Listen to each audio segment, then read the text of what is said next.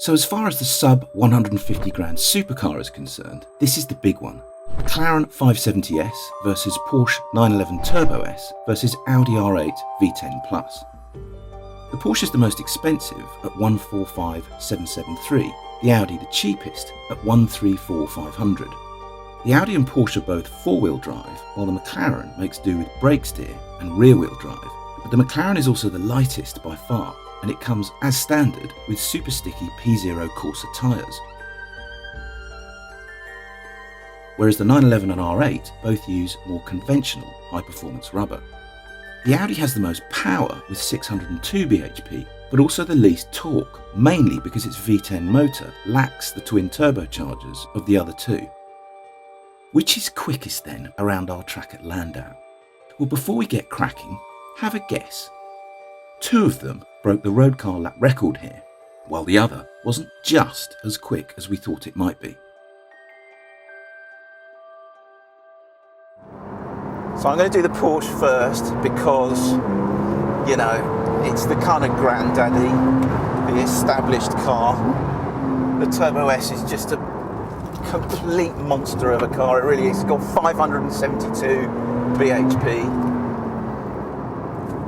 from its 3.8 twin turbo flat six, 700 newton meters of torque and 750 newton meters of torque on overboost. So it's a proper wild animal of a car, and the fact that it's four-wheel drive has got to help it in the traction zones.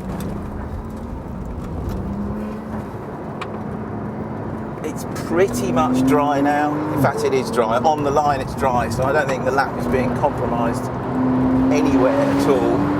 But at the moment I'm just getting the tyres a bit warmer because it's not a very warm day and you do need to switch these tyres on a bit. This is just a beast, this thing, it really is. Okay, so I'm going to start the lap. There, we are counting down to second for the slow chicane. Took that quite nicely actually. Monster curbs because it's very, very good at doing that. Come on, get some power down onto the back straight.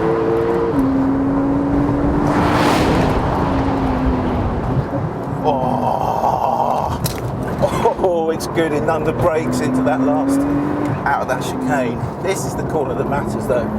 This is the one that matters. That's good. Bit of oversteer. Whoa.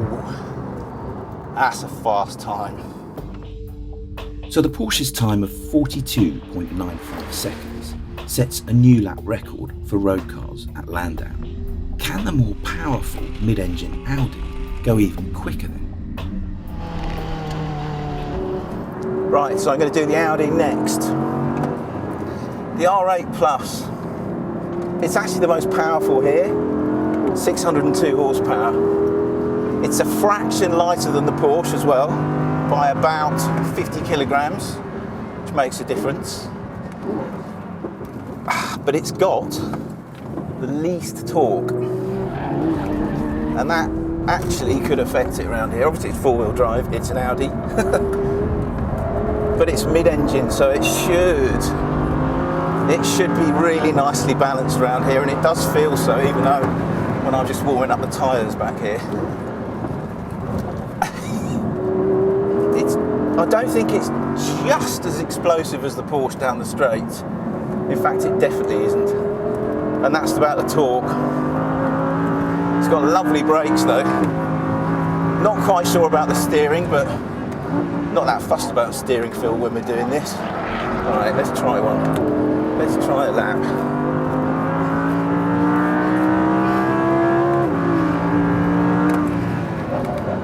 Late as I possibly can be on the brakes.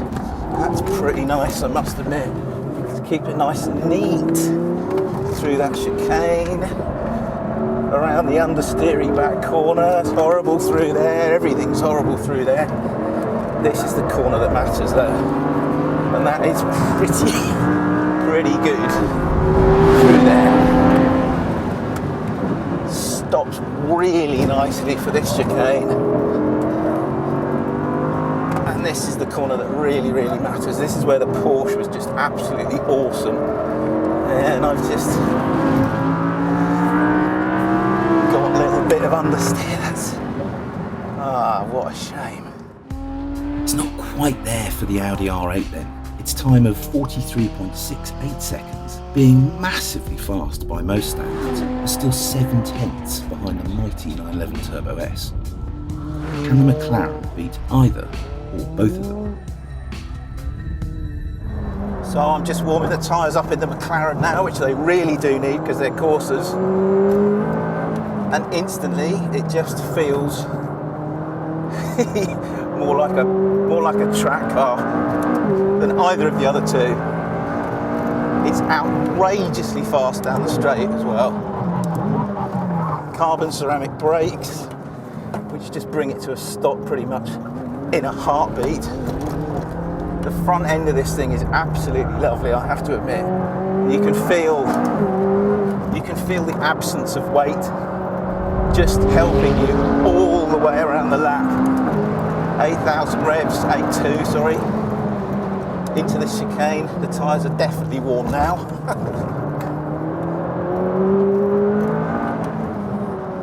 And it just sits beautifully around this bottom corner. With a little bit of slip. I've got it in dynamic mode and our lap starts now. Yeah, I've got it in dynamic mode because that's what the boys from McLaren reckon works best. Nice and neat through the chicane as with the other two. And then this corner, which is just, oh, it's lovely through there, it really is. Get it to bite here. Oh, lovely, lovely, lovely. Gosh. Oh, so fast through that chicane. Wowee. This has to be quicker than the Porsche. Where's the lap time? There is the lap time. Oh yeah. Oh yes, that is quicker than the Porsche. That's quicker than anything that I've ever been round here in. The McLaren's time of 42.71 seconds is genuinely outrageous, beating both the German cars and setting another new lap record in the process.